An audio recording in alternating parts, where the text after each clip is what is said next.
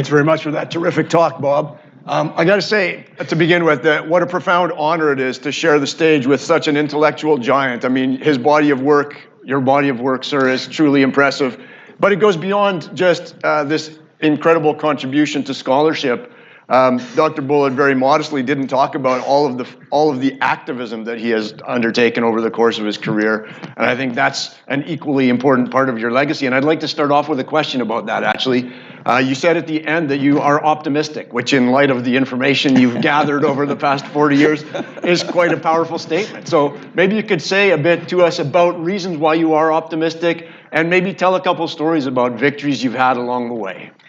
Yeah, I am optimistic because I remember 1978 and 1979 when it was just myself and my wife, and we went to some of the environmental groups and showed them the data about what was happening in Houston and the disproportionate impact and the numbers.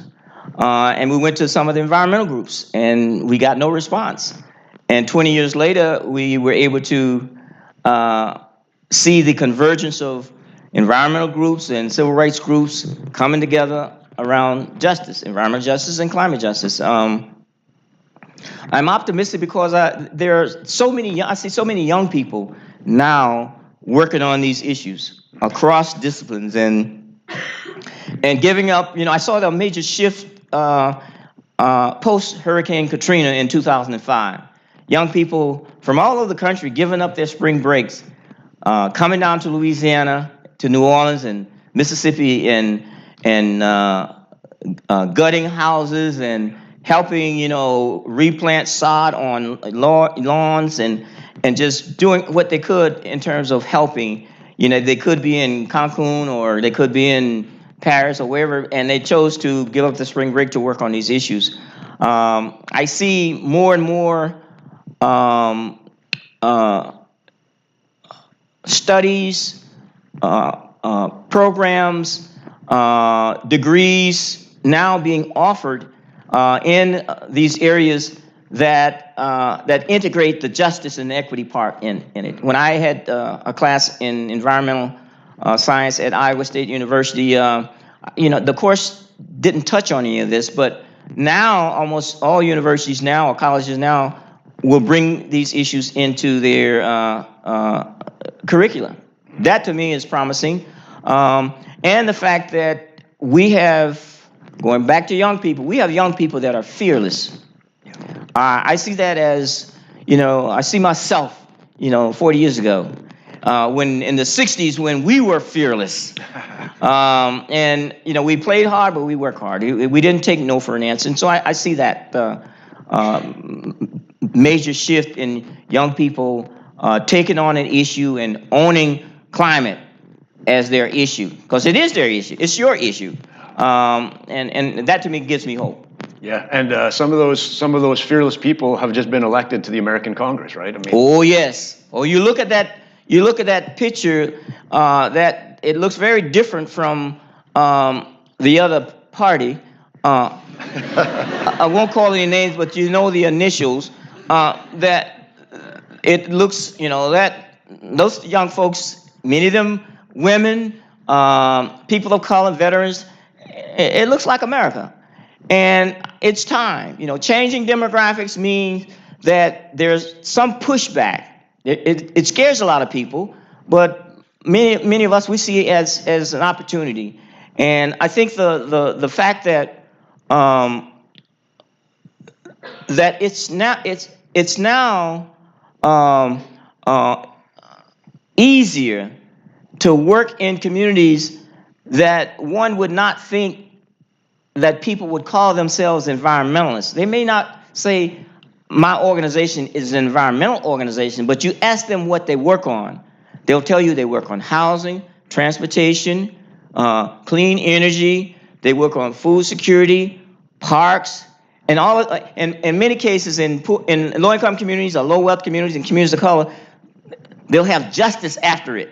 They say, I work on food justice. I work on parks. We're trying to build parks and green space. Parks, just all these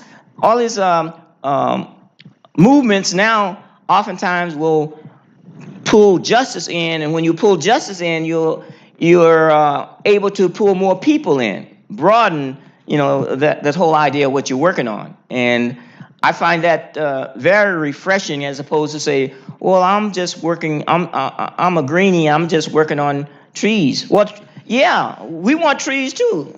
We want trees in our neighborhood because trees, green is good. So, I think we are creating more messengers now. And oftentimes the messenger can be just as important as the message. And so if we have more messengers carrying that message of climate justice or parks justice and food justice and health justice, these things can blossom across the board, and people can speak for themselves.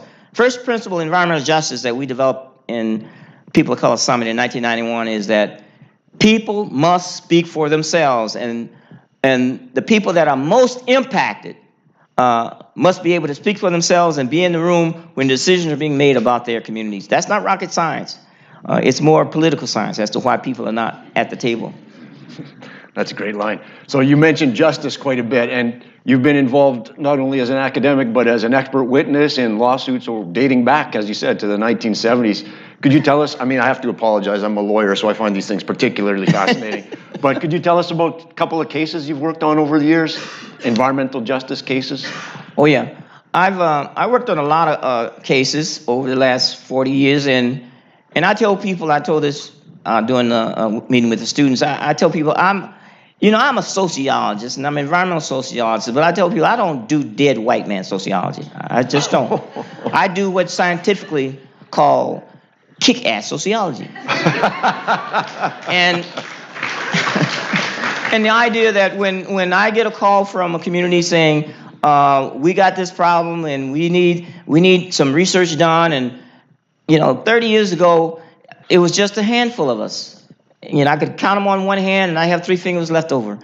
But today, there's lots of folks doing this work, and my job as a sociologist, and I love collecting data, I love writing, I love doing research, and I love testifying. When I get my data and I do my charts and maps, and I'm ready. I'm ready to kick some butt. You know what I'm saying? I'm ready to roll.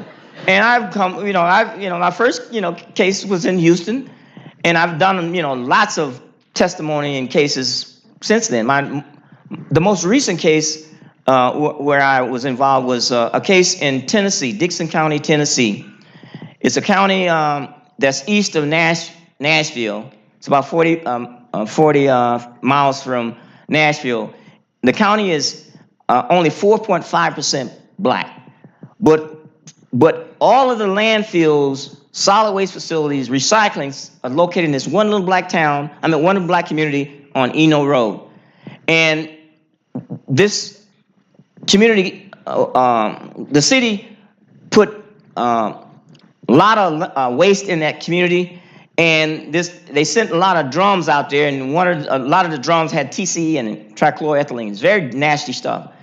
And the community wells water was contaminated by this TCE, and the community is sick. The family is sick, and so Sheila Holt Orsted called me one day and said, "Dr. Bullard, I need for you to come down and help us on this project."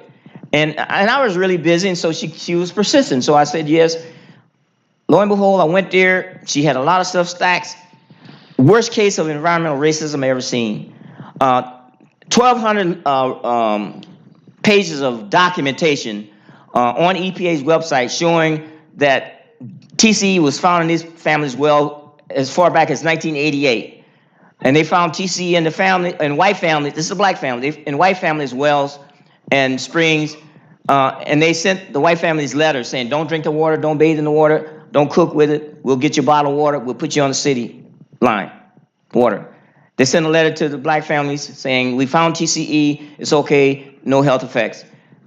1988 to 2000, letters after letters after letters. The family hired lawyers, and long story short is that it was a fight. It took 9 years. The family, the whole family is sick. And and the idea that the city, the county, the state, and the EPA basically fought this family. The city and the county spent $5 million fighting this family for 9 years of a landfill that was owned by the city and the county. And the fact that, persistent, good lawyers, and, it's a bittersweet victory because the family's, the patriarch, he died of cancer. I mean, the fact is that he didn't live long enough to enjoy the victory. But the fact is that even when you have the data, and I was showed, the data was pretty clear. Having the facts is not enough when you're dealing with toxic racism. And again, the whole idea is that you have to fight. You have to fight. And I've been involved in a lot of cases. I mean, a case out in New Mexico with uranium mining, contaminating the water on the Navajo reservation. Same kind of situation where it's clear that there's no need for any more drilling and deep well injection and uranium mining, but yet and still companies get permits, they poison the water, they make people sick, and you say, prove it. And it takes years after years after years. These are long-term struggles. In many cases, the legal fight is almost like the last resort. Yeah. And if we can prevent these permits from happening, and we've defeated a lot of permits too. I mean, a case in Louisiana, Citizens Against Nuclear Trash, Kent versus LES, Louisiana Energy Services. This company out of Britain and Germany, an American company, combined to try to build the first privately owned uranium enrichment plant. It was going to put it in northwest Louisiana, sandwiched between two black communities. It says nothing out there. The environmental impact statement, that's nothing out there but jackrabbits and trees. Now, two black communities had been out there since 1865 and 1910. Blacks were invisible. Well, it took 9 years to bankrupt the company and bust them down. And the fact that we defeated them, and the community that defeated them, the leader ran for elective office, was able to take over the city council or the county parish elected officials. So it was a sweet, nothing bitter about that. There was nothing out there, no need for any kind of enriched uranium. I mean, it was a scam. And so there's so many examples where people who would like to be left alone, they get targeted. And that's where we try to, address some of these issues. Yeah. It's nice to have somebody weigh in on the side of the Davids in the David and Goliath battles that these are. You mentioned that in 1991, that kind of foundational document of the environmental justice movement. Another principle that was articulated in that document was that everyone, yes, no matter skin color, yeah, poverty, everyone has the right to live in a clean, safe, and healthy environment. That's something I feel fairly passionate about, do some work on. And there's 155 countries in the world where that basic human right now enjoys legal recognition, either in their constitutions, legislations, or an international treaty. Canada and the United States are among the outliers.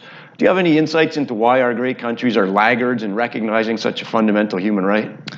Well, I can't speak for Canada, but I can speak for the United States. The United States historically has been laggards in signing on to lots of UN conventions and treaties in terms of human rights, in terms of issues around environment, and not wanting to, step up and step out when it should. And I think the most recent example is the United States, pulling out of Paris. I mean, it doesn't make any sense at all. And the fact that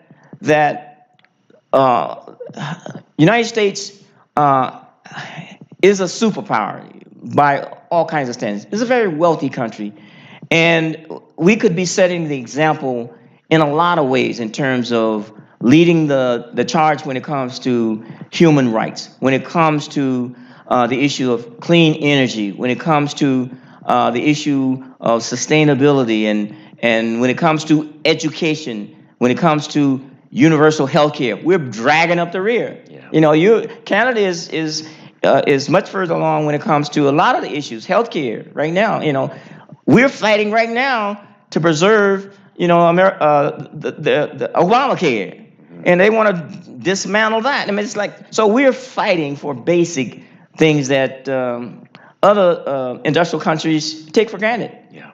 And that's not leadership. That's just abdication as far as I'm concerned. Yeah. Yeah, thank you for that. So we have a lot of students in the crowd, as you might imagine, and one of the questions my colleague Terry Satterfield asked me if I could ask you is, assuming you haven't done all the research that needs to be done on environmental justice, what are some of the most pressing areas that merit further work and further study? I think the issues of cumulative impact in terms of health. There's not enough work that's done in terms of that. Because right now, when we go in to try to show what's going on, we get our knuckles cracked in terms of, well, prove it. The synergy and cumulative impact.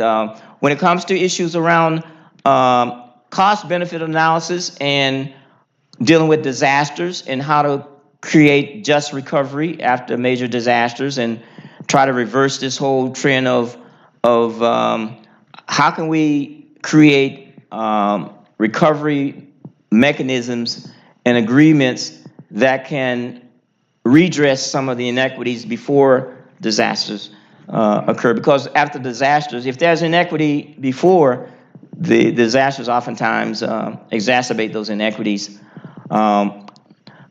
Issues around food security issues, a major issue. I mean, in terms of water issues, water is going to be, or is, a major issue in terms of access, in terms of potable water, and not just U.S., in terms of Southwest U.S., but globally. These are issues that need more work, and need more work, not just research, but also research that takes into account how do we build, how do we do the research, but also how do we translate that research into policy and use and employing communities to and empowering communities to take that community-based participatory research kind of thing. Yeah.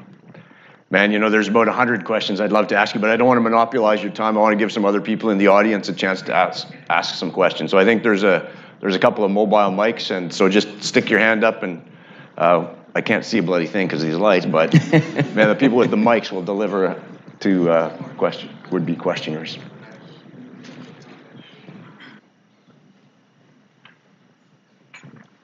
Okay, over here. Thank you so much for coming to speak with us. I don't think that I could formulate the proper question for you right now, but I just wanted to say thank you. Your work's had a tremendous influence on my own. And if it's okay, I brought a copy of my book that I'd like to give to you. You're in it. $5. So I'm going to pass this back with the microphone.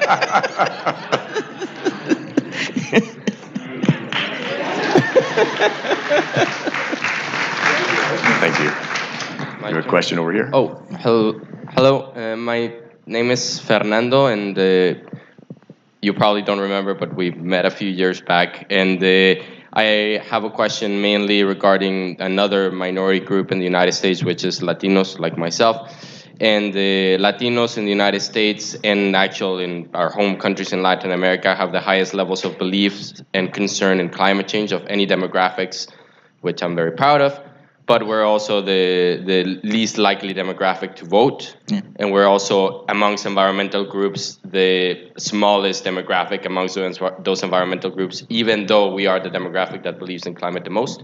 Can you help me understand why that happens and how we can solve that? Because if we vote, and we vote with those values, and people in the South like Alexandria Ocasio-Cortez, who's fantastic, rise, I think there can be major change.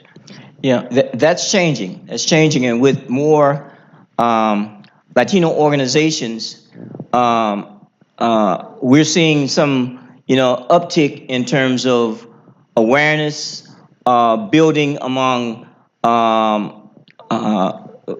taking the issue of climate awareness and climate change beliefs and translating that into action, and in terms of voting local in terms of city council, county commissioners, state representatives. Like in Houston, my city, is 75% people of color, about 50% Latino. And the fact that the last election, there was a blue wave in Houston. And the fact that there was one congressional district that was 75% Latino that's always had an Anglo representing. This time, there was a good Latino candidate that really was able to mobilize and won. And it's an area, the district is along the Houston Ship Channel, the most polluted part of the city, and the area that has the economic engine of the region when it comes to the Ship Channel. But yet and still, it was represented by somebody during a public hearing by EPA said, "I represent the industry."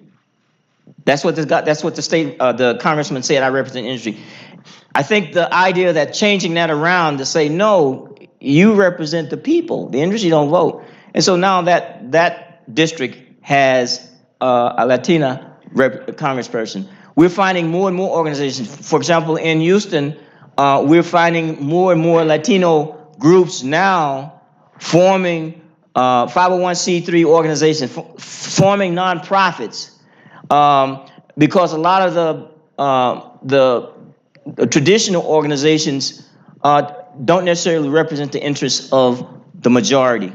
And so the only way we can change those dynamics is to create organizations of color that are in those communities 24/7 that can represent. When it comes time to forming coalitions and working with other organizations, you can come to the table with your own organization, your own group, and your own agenda. And that's, it's like, and I give the example, I lived in LA and I lived in Houston. LA has Houston beat by 10 years. We're 10 years behind because a lot of the foundations progressive foundations in California were able to fund Latino organizations to work and multi-ethnic, multicultural organizations to work on these issues, whether it's climate, energy, food, parks, green space, etc. And so it makes a difference if communities don't have access to resources. It's hard to organize, mobilize. But we have to make that connection between awareness and voting and political power.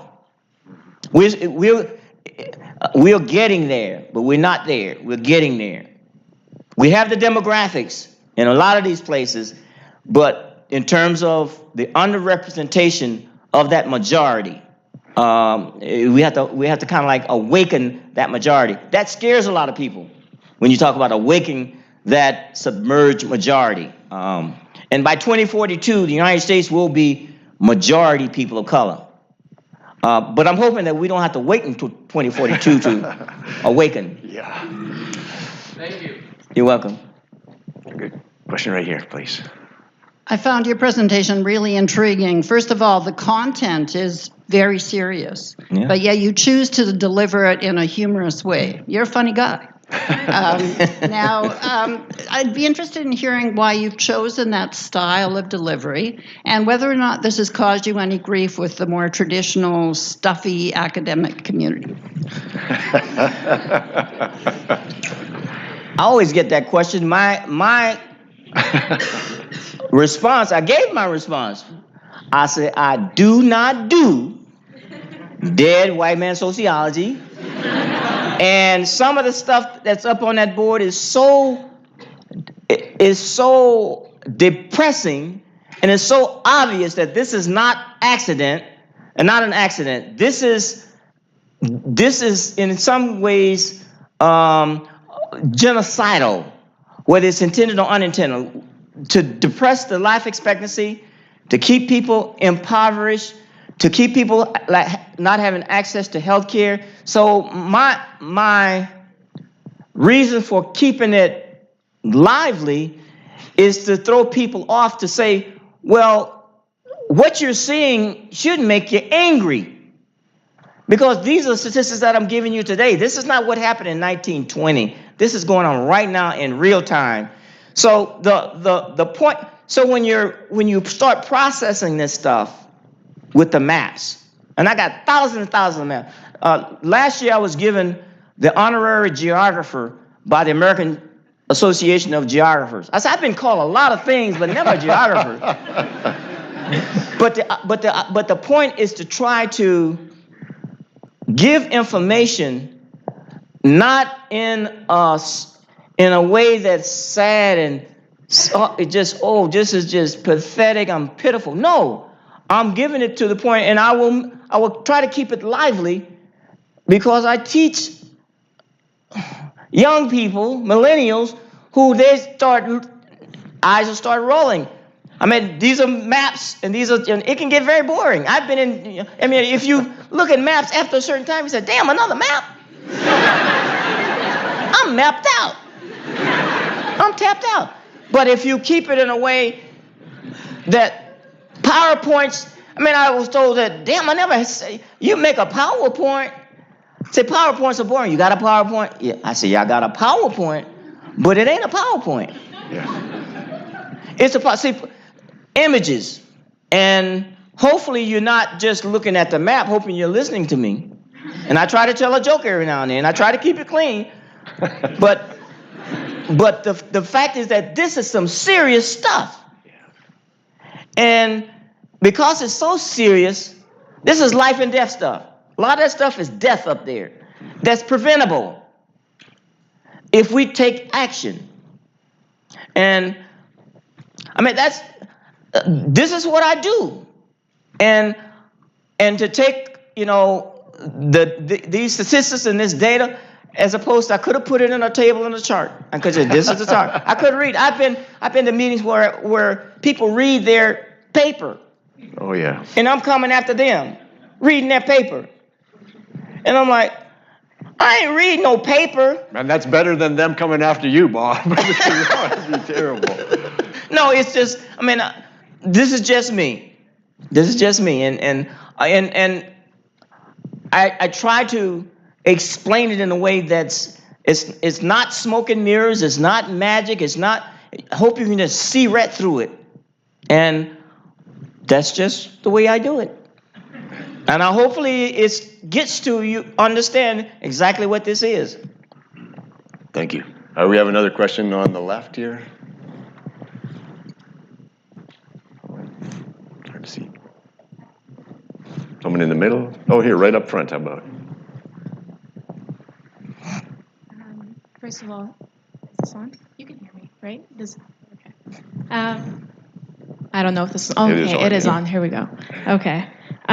So first of all, thank you for taking the time to speak to us today. And I know that you said that further work for young people like myself, I would like to say that I'm pretty young, that we can translate it into policy. Well, it might work in countries that claim to be democracies like the US and Canada.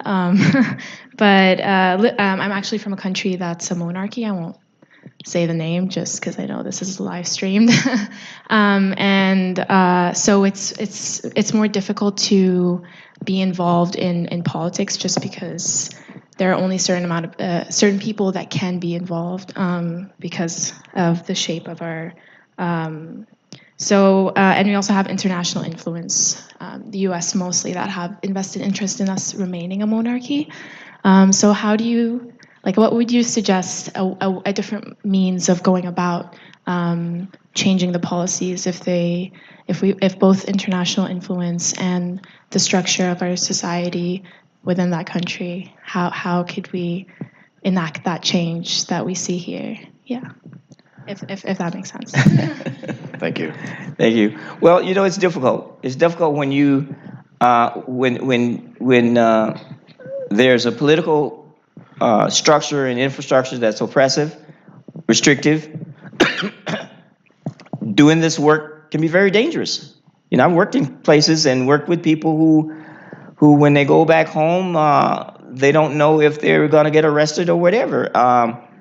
And that's that's the reality of oppressive governments and governments that collude with the companies that oftentimes you can't tell the difference between the company and the government, and I've seen change in places where people were killed because they were working on environmental issues, and where oil was more valuable than people, and people having access to their natural resources, their water and their fishing and their whatever, and so I've seen change occur in those places that were very oppressive, but it took, in some cases it was very bloody, and there's no one way to get to where we're getting to, hopefully, in terms of having a clean environment and a healthy environment and a place where people can express their views, etc. It's oftentimes very trying. People who are fighting for environmental rights all over the world are getting killed right and left. This is a dangerous time to work on environmental issues, and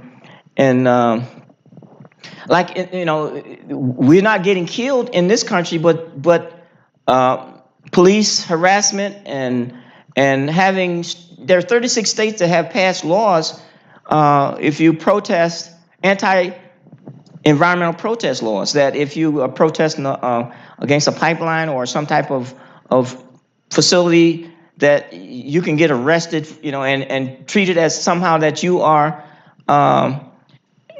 impinging on the rights of these companies. Companies have been elevated to peoplehood.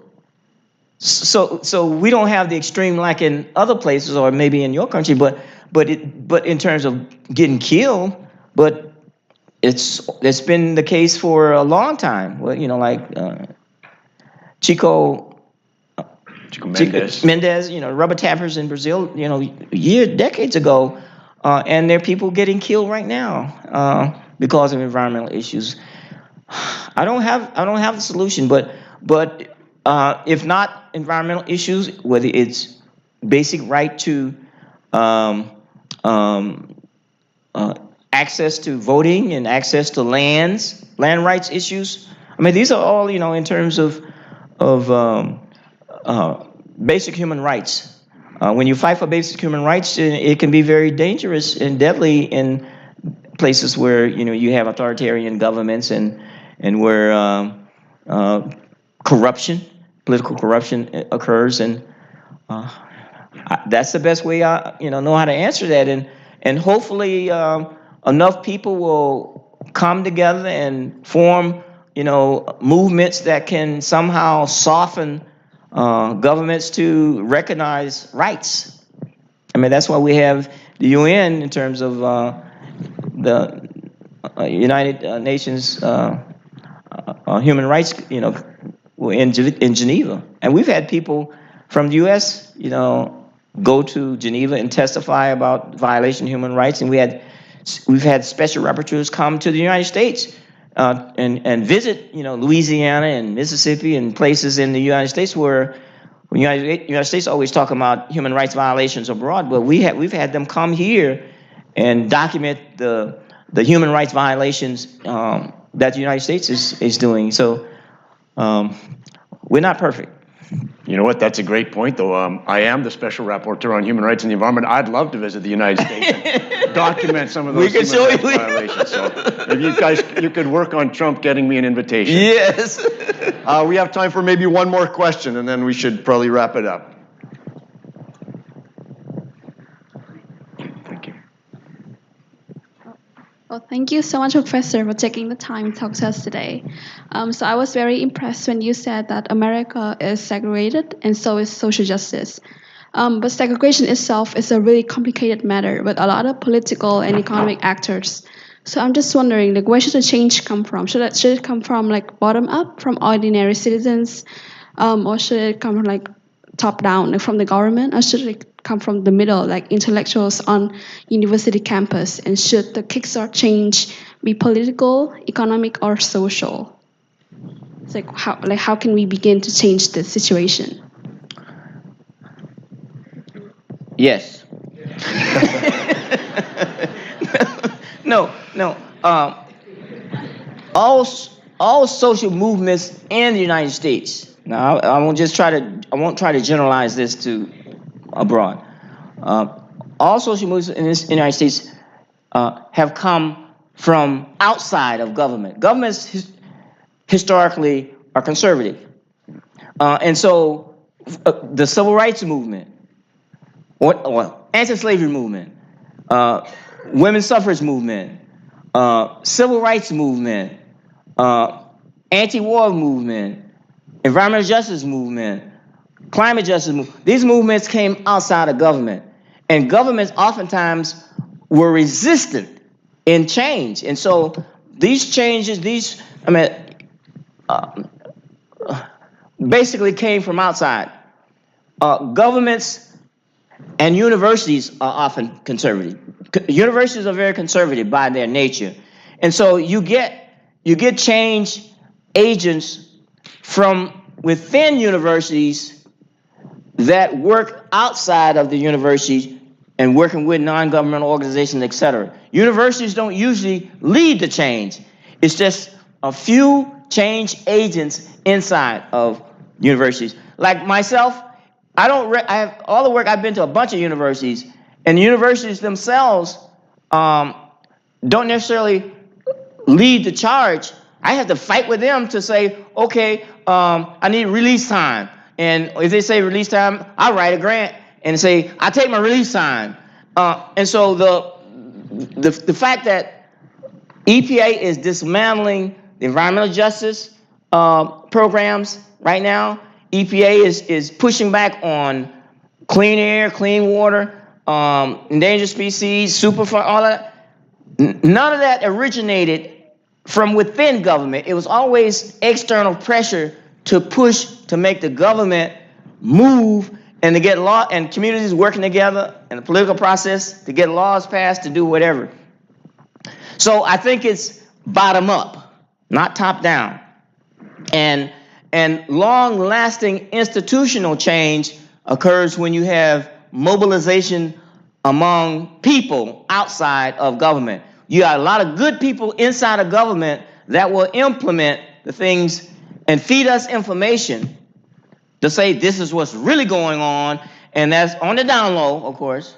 That says, okay, you need to tap this over here, and this is where the bodies are buried. Now they're anonymous. I love anonymous. And so it's working together. Not waiting for government to respond to. Because if you wait for the government, as I said, waiting for the government can be hazardous to your health. Because the government is just moving along. There has to be pressure. Like the shutdown right now, the pressure that will push government to respond is coming from the outside. People calling their congressperson, calling their senator, saying, damn, I need my paycheck. I need to pay my kids' college tuition. Y'all need to get it together. And the calls are coming in. The emails, the texts. I ain't seen a fax machine in 20 years. Do they still have fax machines? Anyway, all of that information is coming in. And the pressure, the external pressure is being brought to bear. And they're gonna hold out as long as they can, but the pressure from the outside is gonna bring it. It's gonna bring it. Yeah. That's the way change is made. External. And that's how movement is made. People coming together. That's the way it's always been. There's no substitute for organizing. I got my PhD at Iowa State University, and I worked at city planning, and one of my projects was to assist and support organizing. And I was assisting and supporting organizing, and off the record, I was organizing. Yeah. I'm a damn good organizer too. But I'm a researcher. I don't organize. When people call me and say, no, I don't organize. I don't organize. All right. Well, you know what? It's been a great evening. I want to just say a couple of quick thank yous. Thank you to Phil Lynn for financing our ability to bring brilliant people like Dr. Bullard to Vancouver to learn from their wisdom. Thank you to the organizers of this event. Thank you to the volunteers who made it run smoothly. And I think you started your talk with a quote from the great Martin Luther King about it's always the right time to do the right thing. I think we can wrap up tonight by saying the moral arc of the universe is long, but it bends towards justice. And I think people like you are nudging it towards justice in a kind of hurry up fashion. So I think please join me in giving a real Vancouver welcome. Thank you.